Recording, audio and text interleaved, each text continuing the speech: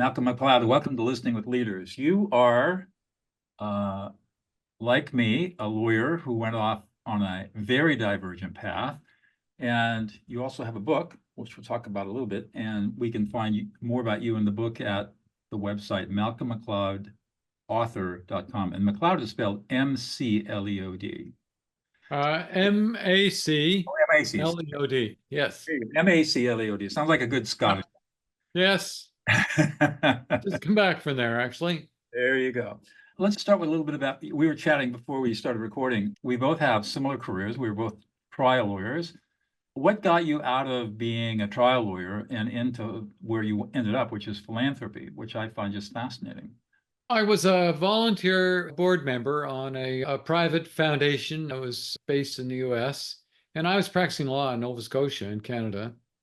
And I really liked this connection because I thought it was good for me to have an outside interest. And so I did that for several years, but kept taking on more responsibility. I had a family connection with the foundation, and so I was a board member. Then they asked me to serve on the executive committee, then the investment committee, and the investment committee was pretty busy at the time. They were building out the foundation's portfolio and then other things. And finally, I said, look, I've got to stop this. It's just too much time on this. And it gradually took over my life. The president asked me to take it over. And after some discussion, I thought that would be an interesting thing to do. And so I quit practicing law and went to West Palm Beach to run this private foundation.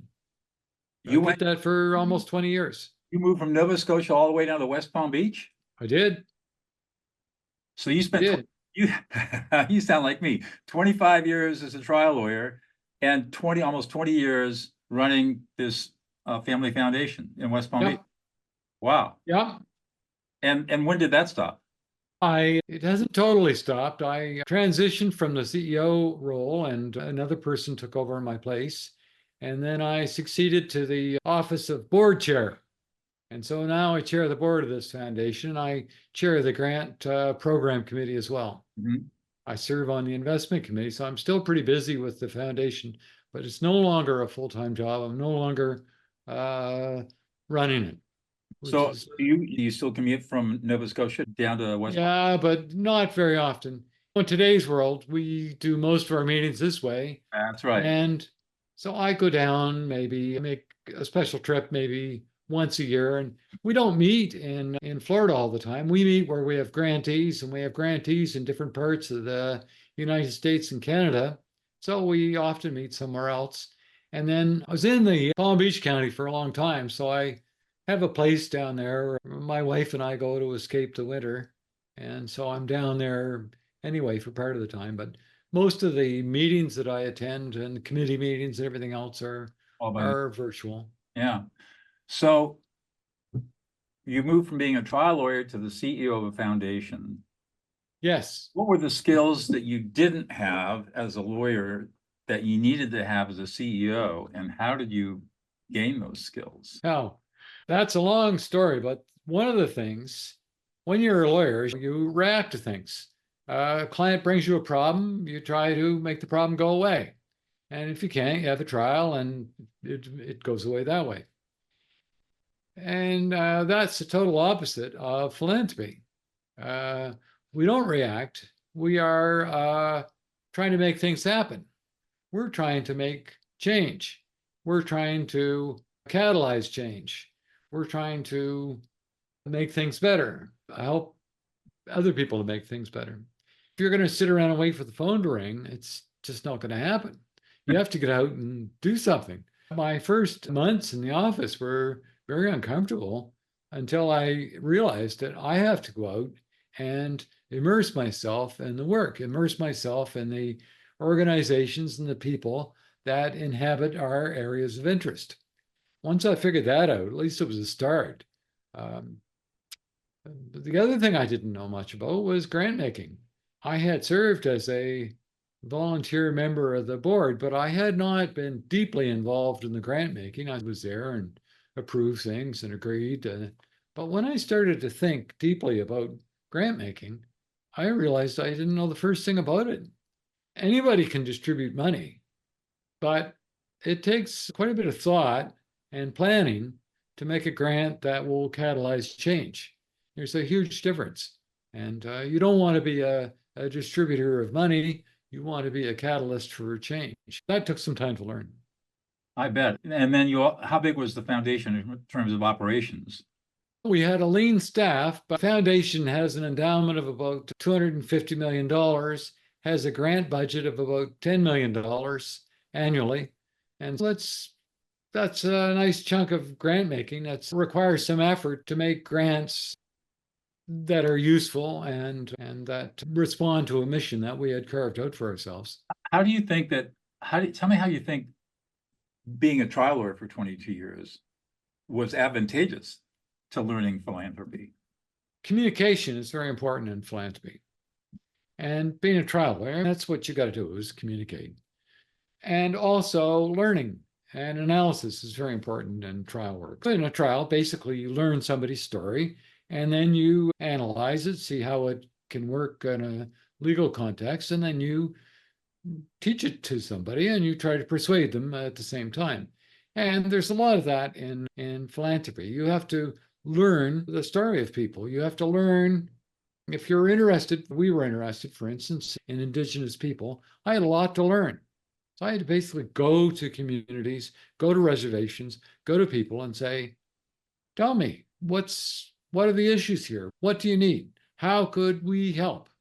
And that was a lot to learn. My training as a lawyer helped me in that, I think, because I was pretty used to going to people and saying, help me understand this. As you look back on your 20 or so years as a CEO of the foundation, what strikes you as being one of the best or most impactful types of work that your foundation was able to do? Oh gosh, we created an MBA for American Indian entrepreneurship. And that was a huge program. And we say we created it. We didn't really create it. We came up with the idea. Actually, it was one of our grantees, the tribal college, that said this would be a big help. And we conceptualized it. We went to different universities. We found a university that would do it. We made a grant to them to allow them to build the curriculum. We paid for the first few cohorts of students to come, and that's just a fantastic program. It's still going. It's the only one of its kind in the country. It has produced almost 100 graduates. It's at Gonzaga University, and Gonzaga University has an MBA in the top 25% in the country. And this MBA is just it's the same thing. They need to have the same entrance requirements. They have to fulfill the same course requirements. It's not an easy thing at all. It's very rigorous. And there's about 100 graduates of that program now, almost 100. And they are a network of Indigenous business leaders and nonprofit leaders in the country. And it's fabulous. Wow. They've done wonderful things. One of them sits on our board now and heads up the largest scholarship provider, Native Forward, in the country. So that is one program that I'm really very proud of, and it's in its 25th year now. Wow. And we've done some other ones that have been excellent. There's an organization called Eye to Eye, which is in another one of our areas of people with disabilities. And they are mentors and advocates for people with learning disabilities. And they were just a little fledgling organization. They operated out of the founder's apartment and didn't have a board, didn't have staff, didn't really have a program to speak of. And we spent some time with them, made the first big grant that they ever received. And now they're huge. They've got a presence in most parts of the country. And the chief executive officer has written a book and been very well received. And it's just a great program. We're very proud of that grant too. And there are a number of other tribal colleges. We have a tribal college program for Indigenous students studying business.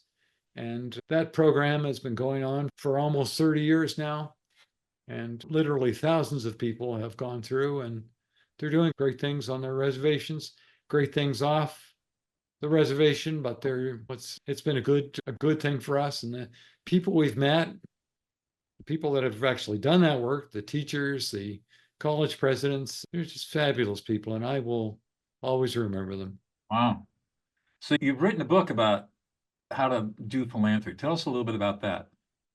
Yes, when I started, you asked me about the learning curve, and most people come to philanthropy from other work. They have a business or something and they go to a foundation or they do something else. And when I made the transition, I said, okay, this is what I'm going to do now. I really was ill equipped for it. I did not have the skills, and it's not all intuitive. Like a lot of running a law firm or a business, or it's intuitive, it makes sense. But philanthropy is something that most of us don't have a lot of experience with. And so a lot of the lessons I had to learn were unique to philanthropy. And so I did what other professionals might do. I looked for a precedent. Who's done this before? There must be something I can read, something I can use, something I can copy. And the field is very idiosyncratic. There aren't any precedents. It's not the way it works. It's very individualistic. And so I thought I'll go and get training. And there's not much training. There was none when I started. You go to conferences, but they would not have continuing education. We would go to a conference in law, as you well know, and there would be continuing education to be mandatory. You'd have to take it. But in this, there just wasn't any. So I thought if I had to learn by trial and error, I had to learn by talking to people, I thought if I ever get a chance to write a book, I'm going to write the book that I needed when I started. And so I did. When I wanted to write it while I was running the foundation, there just wasn't time. But when I retired from the CEO position in 2020, I sat down and wrote this book. Wow. Yeah. During the pandemic, what a good time to write a book. Yeah, it was a good time to write it. Can't do anything else. So what is it, as you look back on this long career you've had, what do you think what's unique about you as a person that you were able to bring to the table that made all of this work? I don't know. I spent my whole time in philanthropy telling myself that I wasn't special and disagreeing with anybody who wanted to make me feel that way. Because in philanthropy, unlike law, in philanthropy, there's a power imbalance between the grantor, the philanthropist, and the grantee. Because the grantor has the money to grant and the grantee needs the money. And a philanthropist doesn't have to make a grant, doesn't have to do anything. Can just be idle and arbitrary and everything else. And the grantee really needs the money. And so that is something you got to overcome to have an honest relationship. We can't just have a relationship where you're nice to me because you need money. We have to have an honest relationship where you can tell me honestly what you're doing, what your mission is, what your aspirations are, how you're going to do it, what your problems are, what you're afraid of. I need to know these things if we're going to do business. And we have to somehow try to deal with this power imbalance. And one of the ways is for me not to think that I'm special or that I'm gifted and that I'm in this position because I'm such a great guy. That's not it at all. I'm in this position because I'm in this position. That's just where I am. And if you're doing the work that serves the mission of the foundation and your own mission, you're probably the good one in the pair. You're probably the gifted one. You're certainly the one that knows more. And I never allowed myself and never allowed anyone else to tell me that I was special or that I was unique or anything like that. The work was special, but I always thought I was an ordinary guy. I cling to that, by the way. Good for you. So that suggests two things that come out of all that are unique.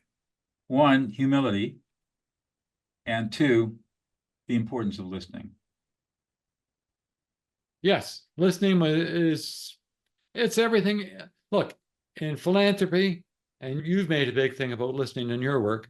Right. I think listening is one of the great skills and of anything. You need to listen. Everybody needs to listen. And what's interesting to me is that we're never taught how to listen. We're ordered to listen as children.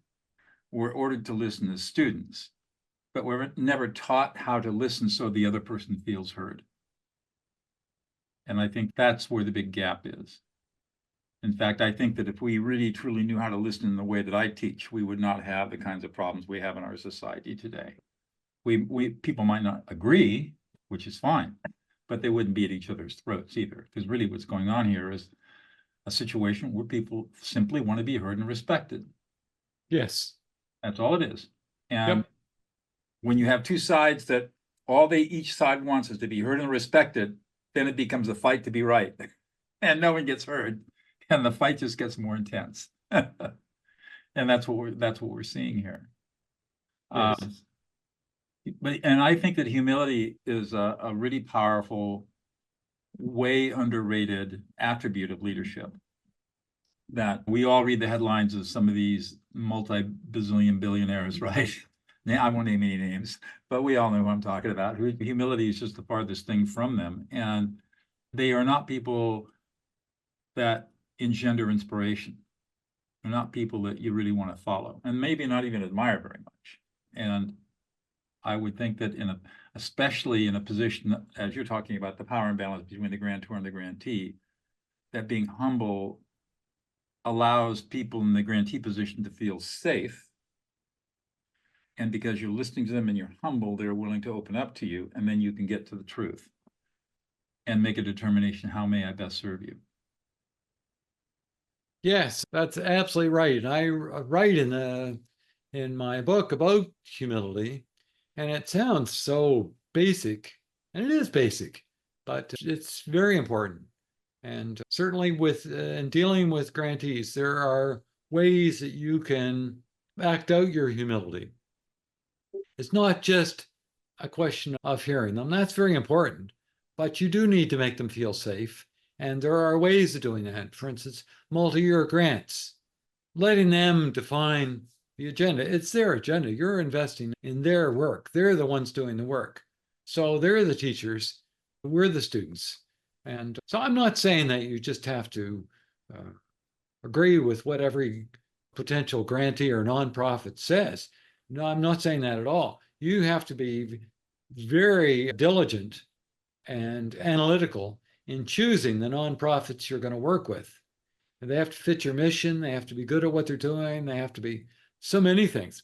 But Right. once you've made that choice, that's, I would argue, 90% of your work. Once you've made that choice, say, okay, I'm going to work with you, Doug. I'm going to work with your organization. Then the relationship changes, and we become the students saying, okay, how can we help this mission that we both share? How can we move this forward? What do you think? And you might say, I think we'll do X or Y, or I need money for a new accounting system because right now I'm not able to, whatever. And I'm listening. I trust you. This whole concept from a mindset shift is so different from what you need to be in a courtroom. Fake humility in a courtroom can be okay, but no one ever accused me of being humble when I was a trial lawyer.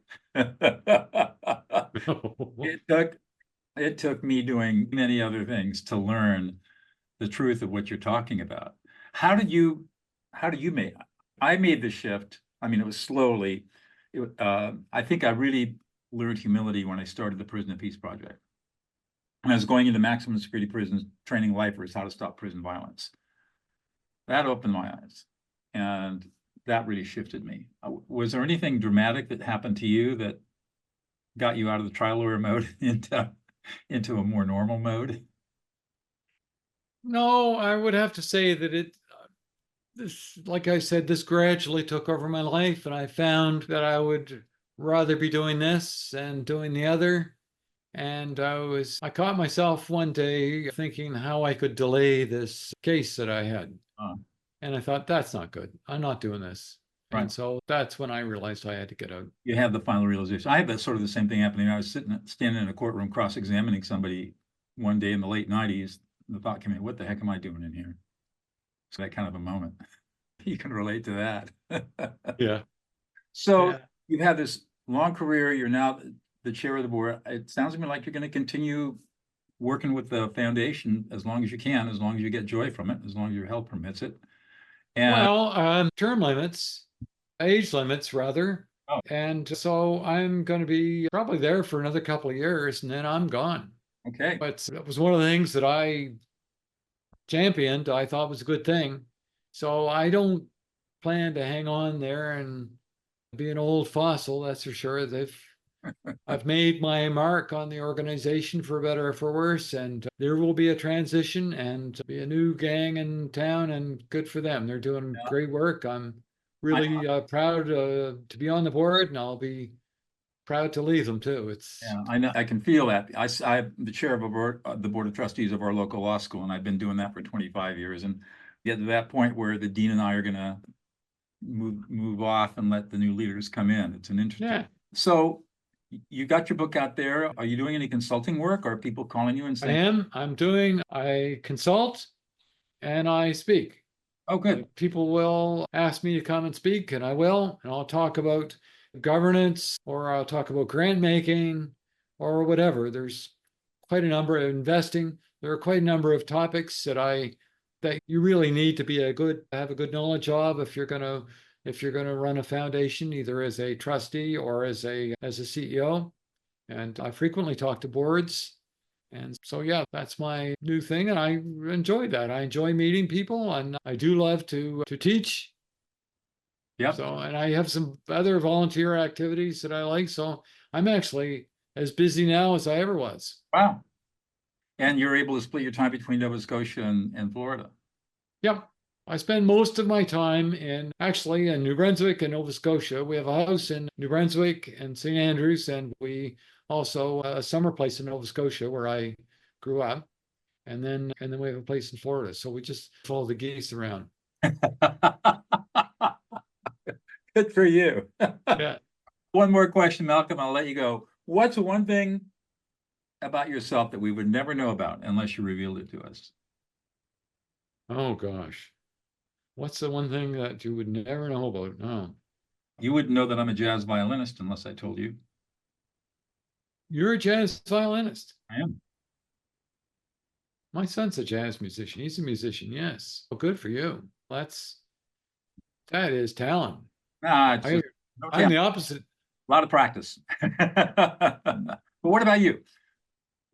Something like, Played hockey until I was 50. You probably wouldn't know that. I was never a great hockey player, but I enjoyed it. And I'm pretty ordinary. There's not a heck of a lot. playing hockey till you're 50. It says I something. still play tennis. You'd know that though if you were anywhere around. Playing hockey till you're 50 tells me how tough you are. There were tougher guys. Yeah, I'm sure there were, but that's pretty impressive. Malcolm, it's been a really great conversation. Thank you so much for taking time out of your day to speak with me. Doug, thank you. Thanks for having me on this. I've enjoyed it and I've enjoyed finding out about you. And so thank you. You're welcome. Take care. Yeah.